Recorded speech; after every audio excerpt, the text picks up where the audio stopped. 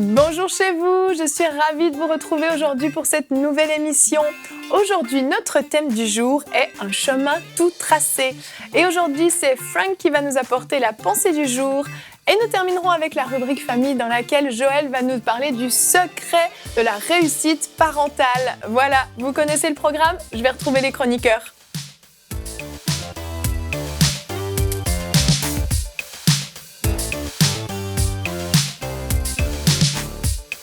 Bonjour à tous. Bonjour Lynn. Comment allez-vous aujourd'hui? Très bien. Moi aussi. Super, je vais très bien, merci Comme Frank. tous les jours. Comme tous les jours, oui, bah, tu le sais bien, moi je suis toujours de bonne humeur. Hein.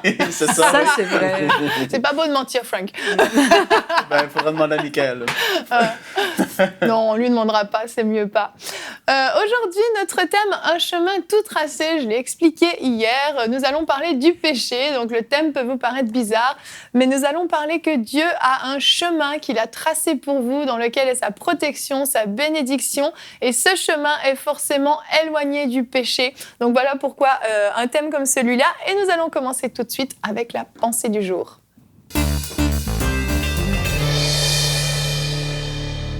Frank, le titre de ta pensée est « Ne joue pas avec le péché ». Ne joue pas avec le péché. Et pour commencer, on va aller lire ensemble l'histoire de Caïn et Abel. Et vous connaissez certainement l'histoire de Caïn et Abel.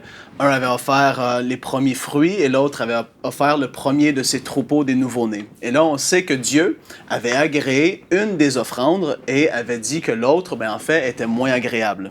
Et on va aller voir ce qui s'est passé par la suite. On peut lire, la parole nous dit que l'Éternel dit à Caïn, « Pourquoi es-tu irrité? Et pourquoi ton visage est-il abattu? Certainement, si tu agis bien, tu relèveras ton visage, et si tu agis mal, le péché se couche à la porte et ses désirs se portent vers toi.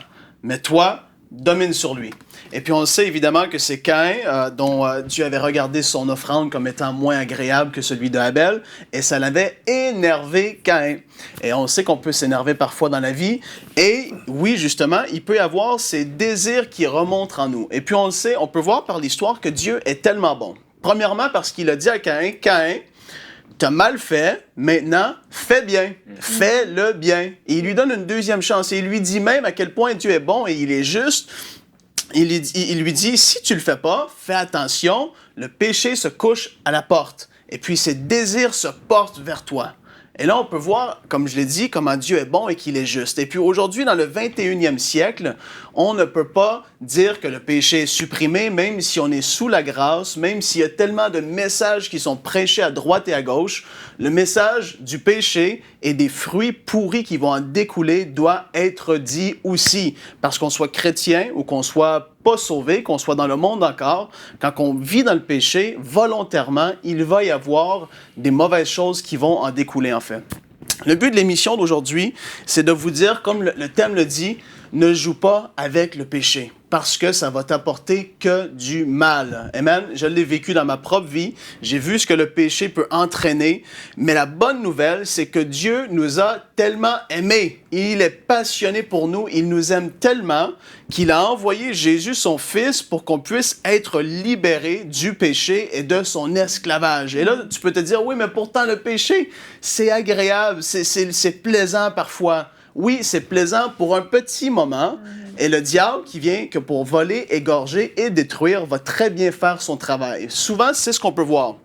Les gens vont dire, c'est un petit péché. En fait, je l'ai fait une fois, puis il ne s'est rien passé. C'est exactement ça qu'il veut que tu penses. Parce que de plus en plus que tu vas avancer dans le péché, de plus en plus, tu vas t'enfoncer dans le péché. C'est pour ça que Dieu, il dit, ne joue pas avec le péché. Il dit, éloigne-toi du péché le plus possible parce qu'il veut te protéger. Il y a tellement de gens qui se retrouvent avec des cœurs brisés, qui se retrouvent avec des maladies. Il y a tellement de gens qui se retrouvent endettés parce qu'ils sont pris par des dépendances au jeu, qui sont pris par toutes sortes de drogues, des familles qui sont brisées parce que l'homme ou la femme a fléchi le genou face aux tentations de l'adultère. Ça le détruit des familles. Il y a des personnes qui se retrouvent avec des maladies transmises sexuellement parce qu'ils vivent dans la débauche, dans l'immoralité. Tu dis, mais Frank, tu prêches un évangile qui est vieil, on dirait. Non, c'est la réalité. Dieu, il dit, ne joue pas avec le péché parce qu'il va y avoir des conséquences. Tout comme il y en a eu avec Caïn, il a tué son frère. Et en fait, on sait le restant de l'histoire. Il s'est promené le restant de sa vie avec une marque sur lui, en fait, pour montrer qu'est-ce qu'il avait fait. Le péché va toujours avoir des conséquences. Ne joue pas avec le péché parce que ça va juste t'apporter du mal. Dieu a mis des limites pour nous protéger. Et quand on vit une vie soumise à ce que Dieu veut pour chacun de nous, on vient qu'on vit dans cette vie abondance. On vient qu'à voir à quel point il nous aime, comment c'est bon d'être sous sa protection.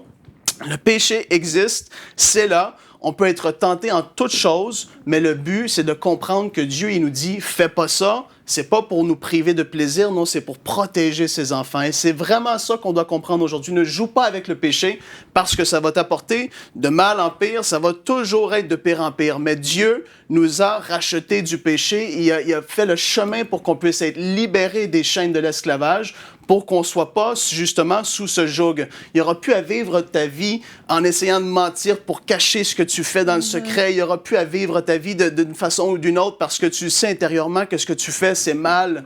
Tu vas vivre plus de condamnation. Tu vas être dans la paix et c'est tellement glorieux de vivre cette paix-là. Tu te couches le soir et tu le sais, en fermant tes yeux, je suis droit devant Dieu. Il y a pas, je veux dire, tu peux pas rien acheter au monde qui est mieux que ça. Donc aujourd'hui, si il y a un problème dans ta vie, si tu marches sur la ligne toujours entre le péché, pas le péché, choisis, prends la décision, arrête de clocher d'un côté et de l'autre, dis non, à partir d'aujourd'hui, je marche avec Dieu, je fonce avec lui parce que je le sais qu'il veut me protéger. Amen. Amen. Merci, Frank. Amen. Et dans l'histoire de Caïn, comme tu l'as expliqué, on voit vraiment que Dieu est venu mettre une limite. Hein. C'est l'histoire de Caïn, c'est les premières histoires de la Bible. Il y avait eu Adam et Ève, avant c'est tout. Donc la connaissance de la loi n'était pas encore là, on est d'accord. Dieu vient auprès de Caïn, lui donne une instruction, ne le frappe pas, le condamne pas, n'est pas dur avec lui donne une instruction, lui dit ne fais pas ça. Et comme tu dis, il lui donne une deuxième chance de bien faire en fait. Il lui donne cette opportunité. Il vient mettre une limite en fait, une limite que Caïn ignorait peut-être encore jusqu'à présent, mais là il vient mettre cette limite. Et Caïn a le choix de rester dans la zone où Dieu est, où Dieu le conduit, ou de passer de l'autre côté et de pécher. Et malheureusement, Caïn l'a fait. Et c'est le cas de beaucoup de chrétiens, malheureusement. Dieu a établi ses limites, et ces limites, on les a en nous. On sait, on a notre conscience qui a établi des limites, qui nous dit « ne fais pas ça, ne va pas là, ne dis pas ça, ne te conduis pas comme ça, ne réagis pas comme ça ». Et puis là, on le sait. Et trop souvent, on choisit soit de marcher sur cette limite en faisant des petits compromis, on est un petit peu entre les deux, ou carrément on passe de l'autre côté. Et j'aimerais qu'on regarde notre verset du jour qui aujourd'hui est dans Proverbe 4, 27 nous dit « Ne dévie ni à droite ni à gauche et détourne ton pied du mal ». C'est vraiment ce que Dieu nous dit aujourd'hui et c'est ce qu'il vous dit à vous à la maison aujourd'hui. Ne déviez ni à droite ni à gauche et détournez votre pied du mal. Le péché, j'ai aimé ce que Frank a partagé aussi, le côté il a eu une marque sur lui toute sa vie. Et dans l'Ancien Testament, on voit dans le livre de Chroniques, j'ai apporté le passage avec moi, c'est au chapitre 26, ça parle d'un roi, il s'appelait Osias, et la Bible dit qu'il a vraiment marché avec Dieu de l'âge de 16 ans et pendant 52 ans, donc il commençait à être assez âgé. Il a vraiment marché avec Dieu. La Bible dit qu'il a fait ce qui était bon aux yeux de Dieu. En parlant des rois, on parle soit ils avaient fait le mal aux yeux de Dieu, soit le bon aux yeux de Dieu. C'est vrai que Dieu regarde notre vie. Finalement, c'est est-ce qu'on a fait le bien, est-ce qu'on a fait le mal. Mais à la fin de sa vie, la Bible dit que quand il est devenu puissant, Dieu l'a établi, Dieu l'a béni parce qu'il a marché sur ce chemin qui était tout tracé pour lui. Son cœur a commencé à s'enorgueillir. Et la Bible dit il pécha contre l'Éternel, son Dieu. Et là, la Bible va dire qu'est-ce qu'il a fait, c'est quoi son péché. C'est qu'on voit effectivement, il a dépassé les limites. Il est entré dans le temple pour offrir un parfum sur l'autel des parfums, pour brûler un parfum. Et c'était pas du tout son rôle, c'était pas sa fonction dans l'Ancien Testament. Il n'avait pas le droit de le faire. Donc il est entré dans dans le temple de l'Éternel. Il était accompagné. Il y a des sacrificateurs qui l'ont suivi. Eux, c'était leur rôle. Et dans le temple, ils lui ont dit il faut que tu sortes absolument. C'est pas ta fonction, c'est pas ton rôle. Et là, il va se mettre en colère. Et la Bible dit qu'au moment où il va se mettre en colère, au moment même où il va se mettre en colère contre les sacrificateurs, la lèpre va apparaître sur son front. C'est vraiment très particulier. Et quand les sacrificateurs vont voir ça, ils vont dire « Waouh, il a été frappé par Dieu, il faut absolument qu'on le fasse sortir ». Ils vont le prendre et la Bible dit quelque chose. Il dit que lui-même, quand il vit que l'Éternel l'avait frappé, il se hâta de sortir lui aussi. Il s'est dit « Waouh, j'ai péché ». Mais il y a eu une marque en fait, une marque physique sur lui. Et la Bible dit quelque chose de très triste, c'est qu'en fait, il fut écarté du temple et écarté dans une maison de lépreux où il y resta jusqu'à la fin de sa vie. Et c'est vrai qu'aujourd'hui, on n'est plus sous la loi. On n'est pas frappé parce qu'on est sous la grâce de Dieu, mais le péché met des marques dans notre vie.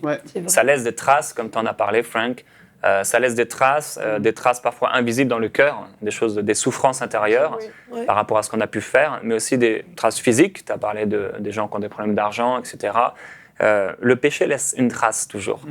Et moi, je prie pour que ceux qui écoutent et qui ont de la difficulté à marcher d'une façon droite, à ne pas dépasser les limites parce qu'ils ont des tentations, des pressions de la vie, à s'approcher de Dieu et à décider, comme Frank l'a partagé.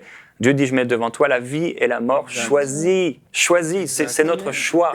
Choisis la vie afin que tu vives.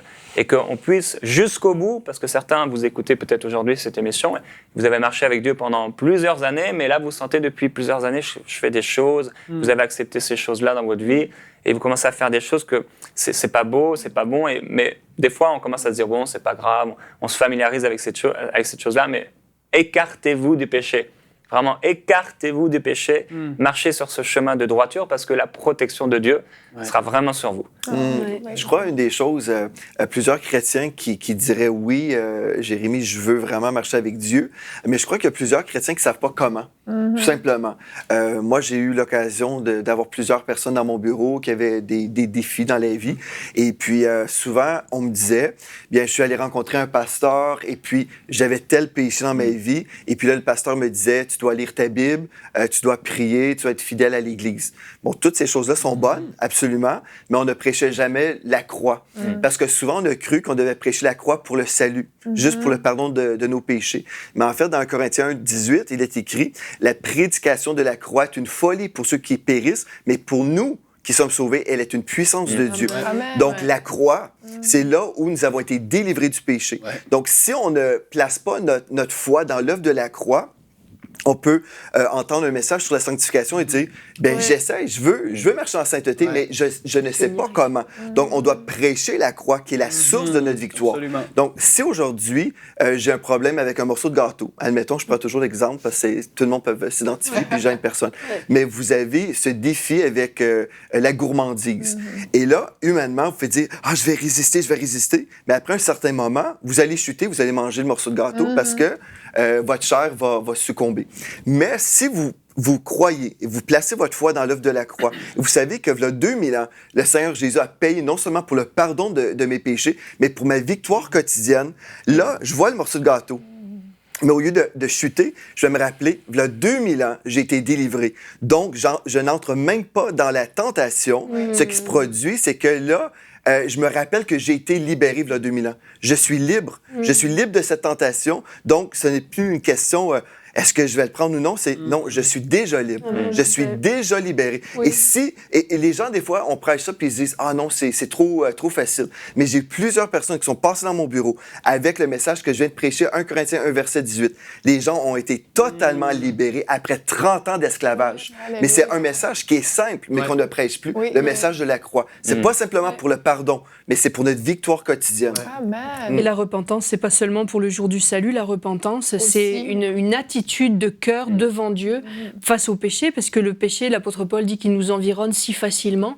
On est dans un combat permanent, quotidien contre le péché, et la repentance, elle est pour tous. Je veux dire, on est tous susceptibles de devoir se repentir, et se repentir, c'est pas regretter, se repentir, c'est changer d'attitude, changer de direction. Ouais. Et pour ceux qui nous écoutent et qui se sont laissés aller à tricoter avec le péché, aujourd'hui, c'est un jour de repentance, de changement d'attitude, de changement radical de direction. Et oui, la croix est valable aujourd'hui, maintenant, et sa puissance, elle est pour vous purifier de ça. Amen. Amen, Anne. Il faut une décision. La repentance, c'est une C'est ça. décision. Je choisis. La Bible dit que de crucifier la chair avec ses passions et ses désirs. Et Jésus a parlé de l'histoire du fils prodigue. Au bout d'un moment, quand il aurait bien voulu manger la nourriture qu'on donnait aux porcs. Et il a pris une décision. Il a dit, je vais dire à mon Père, j'ai péché. Déjà, je reconnais mon péché. Oui. C'est déjà la première des choses à faire. Mon Père, j'ai péché contre le ciel et contre toi. Je suis même pas digne d'être appelé ton fils.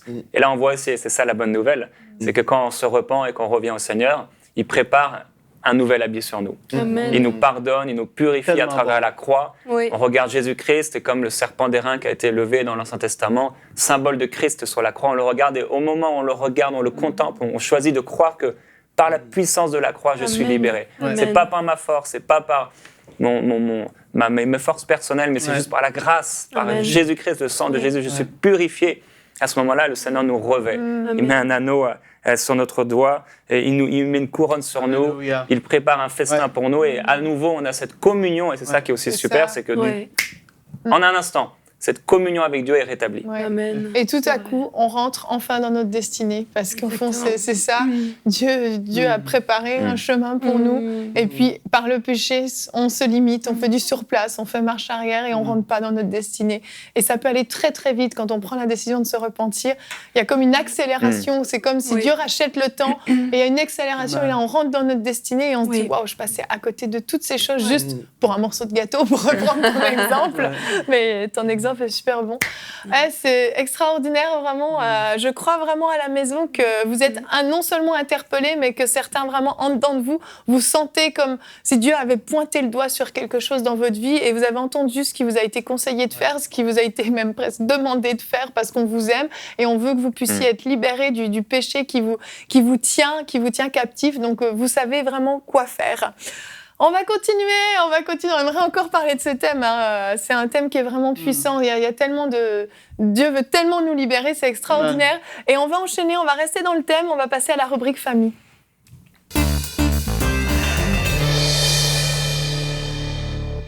Et c'est ça, il y a des familles, il y a des parents qui nous écoutent et qui ont peut-être des enfants justement qui sont comme ça, coincés avec le péché ou surtout tentés même. On pense aux adolescents qui sont eux, qui sont toujours un peu sur la limite, un peu. Et puis c'est difficile à prendre les bonnes décisions. Et toi, Pasteur Joël, tu as des conseils à donner et puis en partant de ta propre expérience, de ce que tu as vécu avec tes parents, est-ce que tu mets en pratique avec tes enfants pour une réussite parentale? Et là, je pense qu'il y a plein de parents qui montent le volume là. Absolument. Je crois qu'on peut réussir parce que tout ce que Dieu nous appelle à faire, il nous accorde l'onction pour y arriver, n'est-ce pas? Dieu veut pas qu'on travaille avec nos propres forces, mais il veut qu'on travaille dans sa présence, dans son onction. Et je crois, si on vit dans la présence de Dieu à la maison, si nos enfants baignent dans la présence de Dieu, bien, ils vont venir au Seigneur, de un. Donc, je pense que c'est vraiment ça. Si on veut voir des enfants obéissants, on doit s'assurer que nos enfants soient nés de nouveau. C'est la première chose. C'est un bon point de départ, effectivement. Parce que des fois, ce que je vais vous donner des conseils aujourd'hui, je vais partager des choses que j'ai vécues, mais en même temps, si nos enfants ne sont pas sauvés, c'est difficile d'appliquer ces choses-là parce que l'homme charnel ou l'homme animal ne reçoit pas les choses de l'Esprit de Dieu. Donc, on a un certain défi. Mais si déjà en partant, vous vous dites, OK, moi, je vais élever mes enfants dans les voies de Dieu et on veut entretenir la présence de Dieu dans la maison, ben c'est merveilleux parce que là, vraiment, on peut avoir la réussite.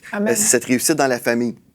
Donc, ce que je vais faire, premièrement, je vais juste vous lire un texte dans la parole de Dieu. C'est un bon livre, hein, la Bible. Proverbe 22, verset 6, il est écrit « Instruis l'enfant selon la voie qu'il doit suivre, et quand il sera vieux, il ne s'en détournera pas.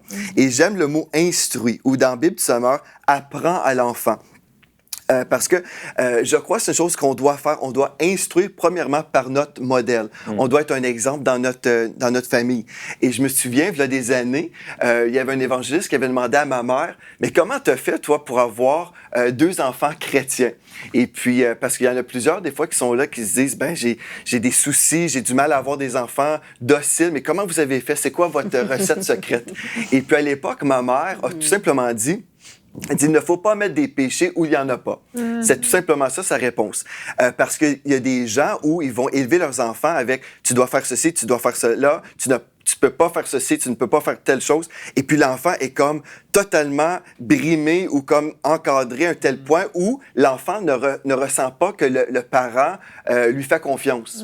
Mais si l'enfant ressent que « Ah, papa et maman me font confiance », ils vont prendre des bonnes décisions parce qu'ils ne sont pas élevés sous la loi, mais dans la grâce. Et puis c'est ça que j'ai vécu. J'ai vraiment vécu la grâce de Dieu dans ma famille. Mes parents, moi, je peux vous dire, j'ai trouvé que c'était un modèle parfait pour moi. Donc, j'ai pu prendre leur modèle et puis dire, je veux faire pareil comme mes parents. Mes parents ont été élevés chrétiennement, donc c'est déjà très bien pour eux. Et puis, nous avons été élevés chrétiennement. Le premier dimanche de ma vie, quand j'étais dans ce monde, j'étais dans le sein maternel avant, j'allais à l'église dans le sein maternel. Et le premier dimanche que ma mère, après l'accouchement, j'étais à l'église. Et puis, j'ai été élevé comme ça. Il n'y a aucun dimanche de toute ma vie où mon père a dit « Est-ce qu'on va à l'église ce dimanche? » Non, jamais. J'ai jamais vu ça. Mes parents ont toujours été à l'église, même 3 fois par semaine. Donc, non seulement le dimanche matin, mais toujours. Et puis, mes parents m'ont aussi inculqué les valeurs du royaume concernant les dîmes et les offrandes. Avant même d'avoir un salaire, on m'a donné 25 sous chaque dimanche matin. Et puis, je contribuais à ma façon avec 25 sous. Donc, j'ai été élevé chrétiennement, mais on peut être élevé chrétiennement et ne pas suivre Dieu. Parce que c'est pas parce qu'on grandit dans un foyer chrétien qu'on est forcément né de nouveau. Donc, l'enfant doit se donner au Seigneur. Mais comment y arriver? Bien, les parents doivent prêcher, pas simplement le dimanche matin, mais ils doivent prêcher à la maison tous les jours par leur vie et aussi autour de la table. Moi, j'ai été élevé où on mangeait ensemble tous les soirs. Sans la télévision, hein? La télévision était toujours éteinte. Et puis, on ne répondait pas au téléphone. Et puis, si on avait quelque chose, c'était peut-être de la musique, mais c'était tout. Et puis, c'était un temps où on se retrouvait en famille. Et puis, ma mère nous prêchait. Mon père était assez silencieux quand même. C'est un type assez tranquille. Mais ma mère nous prêchait des choses. Voici comment tu dois vivre la vie chrétienne. Et puis, comment ne pas vivre. Et tu dois prier pour ta femme. Et je me souviens, j'avais 5 ans et ma mère me disait, tu dois prier pour ta femme, la femme que tu vas marier. Donc, j'avais 5 ans et je priais pour Mathilde. De longtemps. Donc, Mathilde est bénie. Hein. Donc, mais c'est ça, c'est que j'ai été élevé comme ça. On échangeait, on partageait. Et puisque je partageais mon cœur, et là, j'entendais mes parents qui m'écoutaient aussi, qui respectaient ce que je disais, là, je me sentais comme, j'avais leur respect. Il y avait une écoute et tu pouvais, en fait, parler de tout, en fait. C'est ça, il n'y avait pas de tabou. C'est ça, on parlait de tout. Et puis, on parlait de l'Église, on parlait du Seigneur, on parlait de tout. Et puis, moi, j'ai accepté le Seigneur quand j'avais environ 4 ans. Ma sœur, je ne sais pas trop, mais en tant qu'enfant. Et puis, c'est ça, j'avais vraiment un cœur pour Dieu. Donc, une fois qu'on est vraiment sauvé, quand les enfants sont sauvés, bien là, ce qui est merveilleux, c'est que on n'est pas obligé d'établir toutes sortes de lois dans une maison, parce que le Saint-Esprit est dans l'enfant aussi. C'est ça qu'on doit se rappeler. Le Saint-Esprit habite l'enfant. Et puis, on n'a pas les goûts. Moi, j'avais pas le goût d'aller dans le monde. J'avais vraiment pas le goût. Le monde ne m'attirait pas. Et c'est la même chose avec mes filles en ce moment. Je suis béni parce que Floramé est allée avec une amie pour sa graduation. Et puis, elle est allée l'accompagner parce que la jeune fille était tout seule. Et puis, m'a fait dire, OK, je vais y aller avec toi. Et c'était une soirée mondaine. Et quand Floramé rentrait à la maison, Floramé a 15 ans aujourd'hui, elle me dit, papa, j'ai détesté ça. Ah, mais c'était mondain, c'était comme ci, c'était comme ça. J'étais comme, gloire à Dieu. J'étais content. J'ai pas aimé ça, je me sentais pas à ma place. Puis, c'est merveilleux. Mais comment t'as fait justement pour inculquer ça à tes enfants? Les gens nous écoutent, moi, ma fille, mon fils, il est attiré par le monde. Je pense, ce que je vais vous dire maintenant, c'est que si votre enfant est né de nouveau, vraiment sauvé, bien, les choses vont toutes seules d'une certaine façon. Je vais vous dire une chose. Bon, dans Deutéronome 30, versets 19 à 20, un texte qu'on a déjà cité, « Je prends aujourd'hui le ciel et la terre à témoin, je vous offre le choix. Entre la vie et la mort, entre la bénédiction et la malédiction, choisis donc la vie afin que vous viviez, vous et vos descendants, choisissez d'aimer l'Éternel votre Dieu. Si on remarque, j'ai mis l'emphase sur le mot choix ou choisissez. Les enfants doivent choisir. Ils doivent avoir une certaine liberté dans la famille. Et pourquoi je dis ça? C'est parce que dans Romains 10, verset 4, nous lisons « Christ a mis fin au régime de la loi pour que tous ceux qui croient soient déclarés justes. » Donc ici, on parle du salut, mais le principe, aussi on peut le répéter, dans la famille. Christ a mis fin au régime de la loi. Donc si aujourd'hui, nous sommes libres en tant qu'enfants de Dieu, si nous ne marchons plus sous la loi, nous marchons sous la grâce, bien on devrait marcher sous la grâce aussi dans la maison. C'est un point important. C'est un point très important parce que si les enfants sont toujours comme dictés, fais pas ci, fais pas cela, bien l'enfant va vouloir se révolter, il va devenir rebelle parce qu'on lui dit ne fais pas telle chose. Je me souviens, j'avais vu un documentaire où on voyait des enfants dehors qui jouaient dans une cour, là, dans un jardin, et puis il y avait, je sais pas, c'est un journaliste qui faisait le petit test, et puis là, il y avait un journaliste où le parent était allé voir les enfants qui jouaient dehors, leur disant, écoutez, vous voyez les fleurs là-bas? Oui, là, je vous défends d'aller toucher aux fleurs. Je vous défends, là. Ah, parfait, parfait. Donc, le parent retourne dans la maison, et puis là, les journalistes filment la situation, la scène, et puis là, on voit les enfants sont comme ça. Ils veulent aller toucher les fleurs. Pourquoi? Parce que là, on a défendu. Mais avant, les enfants ne touchaient pas aux fleurs. Donc, elles étaient là pourtant, hein, mais ça ne les intéressait pas. C'est ça. Le plus qu'on met de loi, le plus que l'enfant a le désir d'aller à l'encontre. Surtout, ce qui est important, tu as parlé de l'instruction, et dans un cas comme celui-ci, avec les fleurs, c'est que l'enfant, il ne sait pas pourquoi je ne dois pas les toucher, ces fleurs. Exactement, ouais. Et le fait d'instruire l'enfant et d'expliquer pourquoi, là, Dieu le fait dans ce passage. Il dit, choisis la vie afin que tu vives, toi et tes descendants. Quand on comprend pourquoi aussi, et c'est là aussi que la famille, c'est important, et notre rôle de parents, c'est de discuter avec les enfants. Exactement. Et de leur expliquer, OK, c'est pas bon, mais pourquoi c'est pas bon? Pourquoi je peux pas écouter de la musique du monde? Pourquoi je peux pas m'habiller n'importe comment? Pourquoi je peux pas dire des gros mots? Pourquoi il faut que l'enfant comprenne, en fait. Il faut que l'enfant soit instruit. C'est pour ça qu'on mange ensemble, comme notre souper. C'est là où on discute de toutes ces choses-là. On parle, justement, on peut dire, bien, aujourd'hui, j'ai vu une jeune fille habillée d'une telle façon, et puis je peux dire, c'est terrible. Et puis là, mes filles entendent mes commentaires. Et pourquoi je dis ça? Parce que c'est pas digne d'un enfant de Dieu. Et puis là, les enfants sont influencés, ils comprennent. Mais jamais que je vais dire à ma fille, tu peux pas t'habiller comme ça. En fait, parce que ma fille ne veut pas s'habiller comme ça. Donc, c'est là où ce que je veux aider à comprendre, parce qu'il y a des gens qui peuvent dire, OK, bien là, je peux pas... La nuance est fine, c'est ça. Ouais, je peux pas dire à mon enfant de ne pas faire ceci ou cela. En fait, je pense que ce que je veux dire, là, c'est d'influencer votre enfant à la maison pour que votre enfant désire honorer Dieu. Et puis, c'est certain, si ma fille voulait... Bon, admettons, s'habiller d'une façon indécente, bien là, je lui dirais, bien, c'est pas possible. Là. C'est ça. Mais je suis pas obligé d'aller là. Mais tu fais, c'est ça, ce travail en amont. Avant, c'est ça. De l'éducation, de l'enseignement, tu lui transmets, en fait, les valeurs de Dieu. Et puis, du coup, elles sont même pas tentées, en fait. T'as pas besoin d'appliquer la loi à cause de ça. Exactement. Donc, un texte dans Galates 3, versets 24 à 25, « La loi a été comme un gardien chargé de nous conduire à Christ pour que nous soyons déclarés justes devant Dieu par la foi. Mais depuis que le régime de la foi a été instauré, nous ne sommes plus soumis à ce gardien. » Donc, nous ne sommes plus sous la loi. Maintenant, nous sommes dans le régime de la foi ou de la grâce. Et puis, moi, je trouve que c'est tellement gagnant. Donc, si je m'investis dans la vie de mes enfants, bien, ça va prendre du temps. Je vais devoir prendre du temps. C'est ça l'affaire. Je passe beaucoup de temps avec mes enfants. Nous échangeons, nous parlons, et puis ils ont nos valeurs. Puis, ça fait que je suis pas en train de dire fais pas ceci ou fais pas cela parce qu'ils ne veulent pas. Moi, je trouve ça merveilleux, puis je me réjouis de ça. Et puis, ce que j'ai vu chez mes parents m'ont instauré justement la même chose. Et puis, ils me parlaient les choses qu'on devrait faire ou ne devrait pas faire, mais c'était pas comme ça. C'était vraiment, on ne veut pas. Et puis, ma mère aussi me disait, toi, tu es un leader. Tu ne fumeras jamais, tu ne feras jamais telle ou telle chose parce que toi, tu es un leader. Donc, puisque ma mère me disait ça, je me disais, je fumerai jamais, moi, parce que je suis un leader. Ma mère me disait, toi, tu es une influence. Tu vas jamais être influençable. Et donc, j'ai jamais été influencé comme ça. On m'a offert de la drogue quand j'étais au secondaire. On m'a offert, mais je me rappelais toujours, ben non, moi, je suis pas influençable, c'est moi qui vais influencer. Donc, on conditionne nos enfants, on les programme par la parole de Dieu. Et puis, mes parents, aussi, une chose importante, ils ont valorisé qui j'étais dans le corps de Christ. Je peux vous montrer certaines images. J'ai commencé à enseigner l'école du dimanche quand j'avais 12 ans. Donc, je peux peut-être vous montrer une petite photo ici. Là. Me voilà, je sais pas. J'avais 12 ans. J'ai commencé à chanter dans l'église du pasteur Daniel Poulain, le père à Frank. Donc, vous me voyez en bas avec mes cheveux assez pouf-pouf. Et puis, j'ai commencé à chanter à l'âge de 12 ans. Et puis, je faisais le journal chrétien. Pendant 4 ans, j'ai fait ce journal chrétien. Ma première implication médiatique, si on veut. C'est ce journal chrétien où je récupérais des témoignages dans mon église, des témoignages de victoire. Et puis, j'enseignais ces jeunes-là. Frank, t'es pas là, toi, dans la photo, hein? Non. Dommage. T'étais trop petit, je suis trop vieux. Mais voilà, ça, c'est mon implication. Et mon pasteur, aussi, à l'époque, croyait que le Saint-Esprit, qui était dans un adulte, était aussi en moi. Donc, il m'a fait confiance à l'âge de 12 ans où j'ai commencé à enseigner à l'école du dimanche. Si on va peut-être à une autre photo de mon enfance...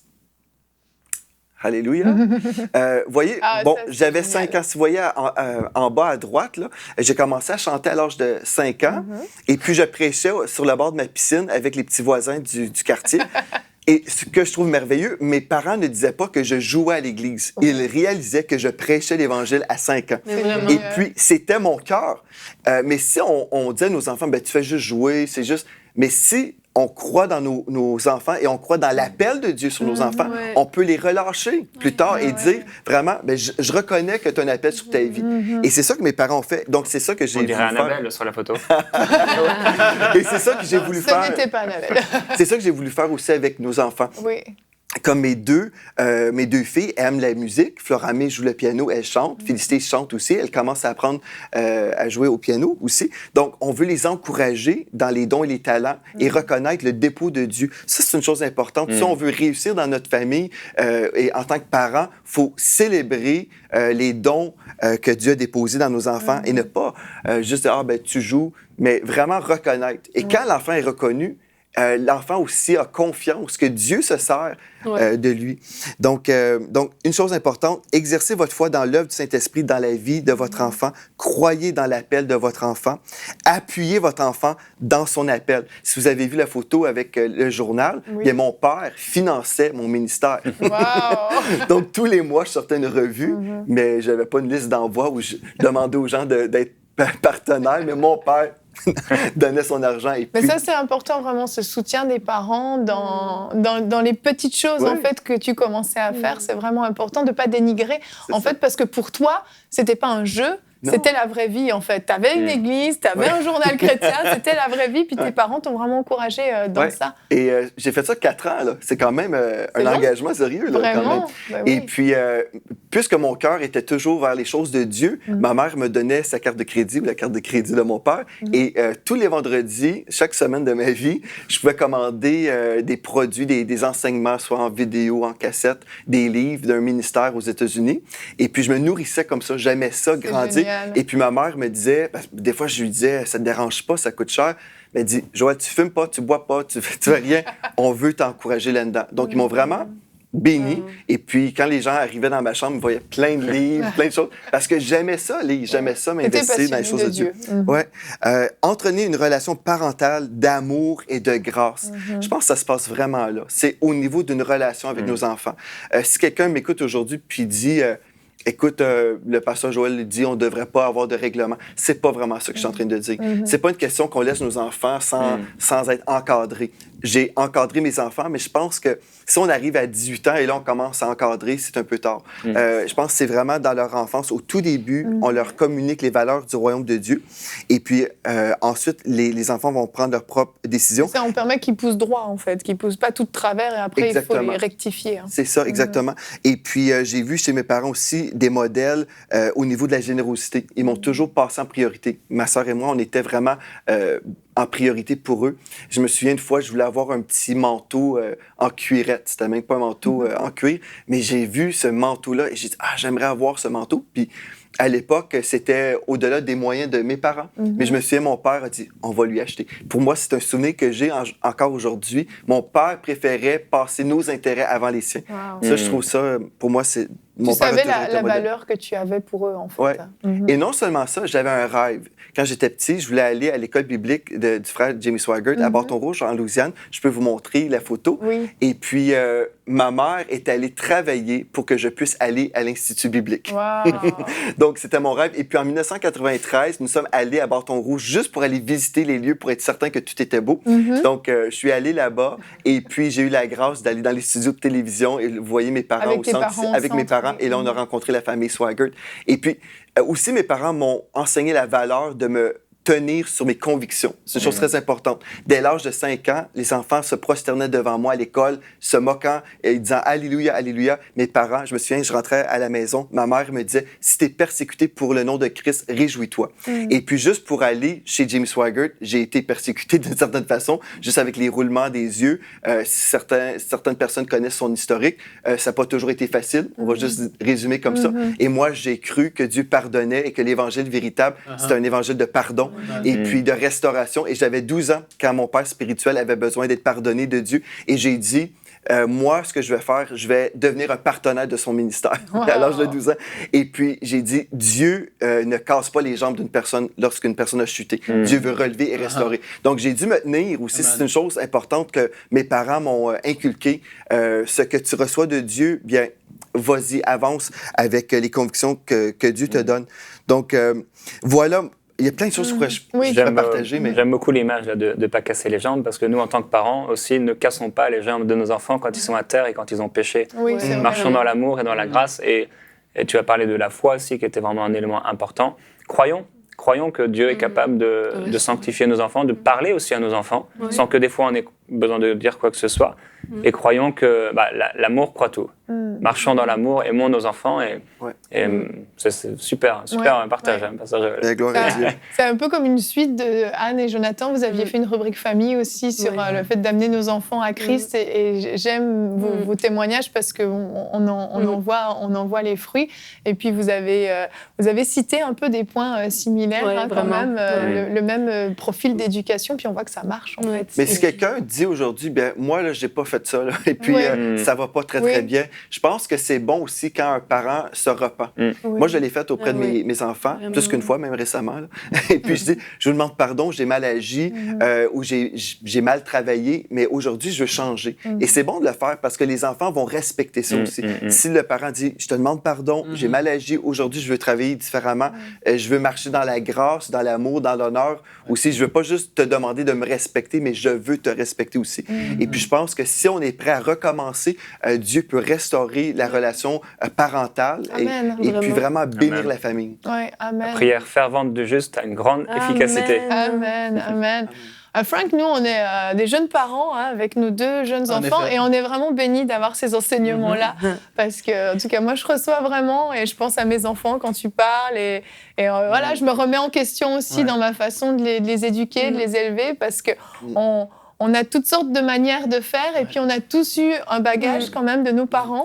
Et puis il y a des choses qui sont bonnes, mais il y a des choses qu'il ne faut pas forcément réappliquer. Puis c'est important d'être enseigné sur ces choses-là. Donc merci de nous avoir partagé ton vécu, la façon dont tu as élevé tes enfants. Puis on a vu que ça a marché. Puis vraiment on rend gloire à Dieu parce que oui, tu as des filles formidables qui aiment le Seigneur. Puis c'est vraiment une grâce que tu as. On est bénis, on a un bon Dieu. Aidons nos enfants à avoir soif. Oui. Parce que l'instruction, tu en as parlé au tout début, à partir des proverbes, ça m'a tout de suite donné l'image d'un ébéniste, par exemple. Quand il veut instruire ou éduquer, il ne va pas seulement parler derrière un pupitre, mais il va montrer en fait comment il faut faire. Si on peut montrer à nos enfants au-delà des mots, ne fais pas ci, ne fais pas ça, des choses dont on a parlé, mais moi j'aime le Seigneur, moi je fais attention à ce que je dis, et en fait par l'exemple, c'est aussi un très bon mode d'instruction. Je sais que demain on va parler des Amish et puis un de leurs principes d'éducation, c'est ne pas enseigner avec des paroles mais avec un modèle.